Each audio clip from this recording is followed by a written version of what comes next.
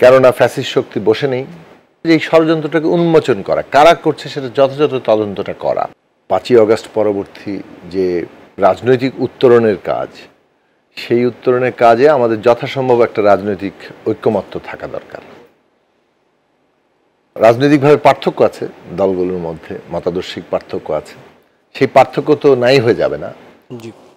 কিন্তু জাতীয় প্রশ্নে এবং বিশেষত রাজনৈতিক উত্তরণের প্রশ্নে, ফ্যাসিবাদের বিরুদ্ধে যদি আমরা সংগ্রাম করেছি একটা গণতান্ত্রিক ব্যবস্থা প্রতিষ্ঠার প্রশ্নে, এবং এই আমাদের একটা ঐক্যের জায়গাটা রক্ষা করতে হবে। কেননা ফ্যাসিস্ট শক্তি বসে নেই, পতিতরা নানাভাবে চেষ্টা করছে, তাদের দেশি বিদেশি দোসররা চেষ্টা করছে, এবং সেটা আমরা দেখলাম যে নানাভাবে শুরু থেকেই একটা ক্যাম্পেইন চলছে বাংলাদেশের বিরুদ্ধে। তাতে অনেকগুলো ঘটনাও ঘটেছে এখানে, যে ঘটনাগুলোকে তারা কাজে লাগিয়েছে। এখন বরং বলা যেতে পারে যে এইসব ঘটনাগুলো কারা ঘটালো ঘটনাগুলো যথেষ্ট ভালো তদন্ত করা উচিত।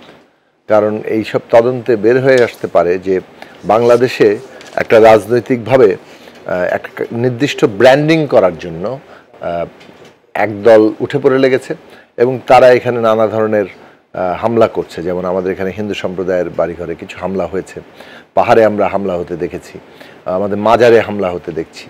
তো এইটা নির্দিষ্টভাবে বোঝা যায় যে এই সবগুলো ঘটনাই একটা নির্দিষ্ট পক্ষকে সাহায্য করছে, যেন বাংলাদেশ নিরাপদ নয়, এখানে এখানে নানা ধরনের কি বলে উগ্রবাদীরা জায়গা করে নিচ্ছে।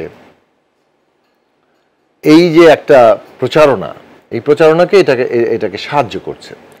ফলে সেই বিষয়গুলো নিয়ে আমরা খুব সিরিয়াস হতে বলেছিলাম। একদিকে তো ষড়যন্ত্রমূলকভাবে হলেও সেটা আমাদের মানুষকে তো প্রোটেক্ট করতে হবে, নাগরিককে তো প্রোটেক্ট করতে হবে, সেটা একটা জরুরি কাজ। এবং অন্যদিকে জরুরি কাজটা হচ্ছে যে এই ষড়যন্ত্রটাকে উন্মোচন করা, কারা করছে সেটা যথাযথ তদন্তটা করা।